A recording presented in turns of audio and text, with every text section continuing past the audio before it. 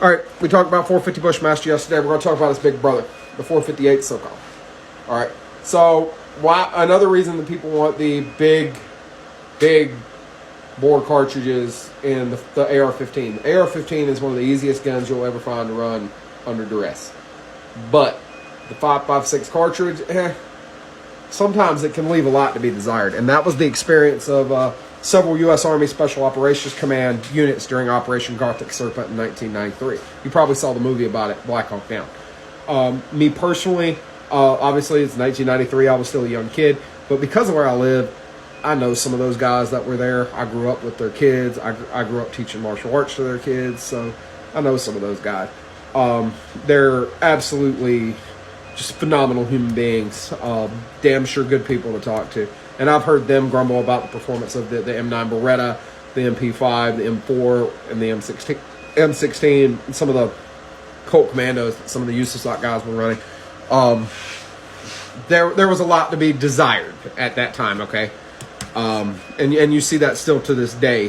Or Chuppachill 5.56 was finally replaced by 6.8 by 51 Common, with things like Mark 262 and Mark 318 and M855A1 coming online pretty much as soon as they got developed. So that's not a new problem. Well, one theory behind it is let's go away from small bore high velocity cartridges to big bore slower cartridges. All right. One of the first ones that came out in 2001 was developed by Marty Chawim of Teppo Jitsu and Tony Ramori of Tromix.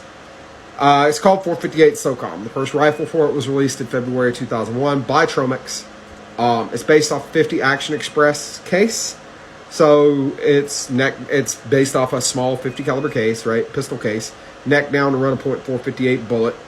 And rifling twist, you're looking at ideally 1 in 14 or 1 in 18, somewhere in that area.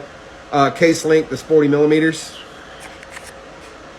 And maximum pressure per SAMI is running 35,000 PSI. Bullet weights run between 250 to 600 grains. 250 grain bullets at 2150 with 2565 on the energy. 300 grain bullets at 1900 with 2405. 325s at 1860 with 2496. I would probably run a 325 if it was me. Freaking 405 at 1600 with 2322, and a 600 grain subsonic at 1000 feet per second with 1336.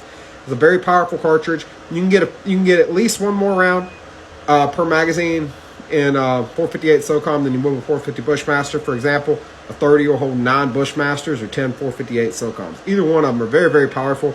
Me personally, I'd take the 450 Bushmaster, but there's nothing wrong with the 458 SOCOM.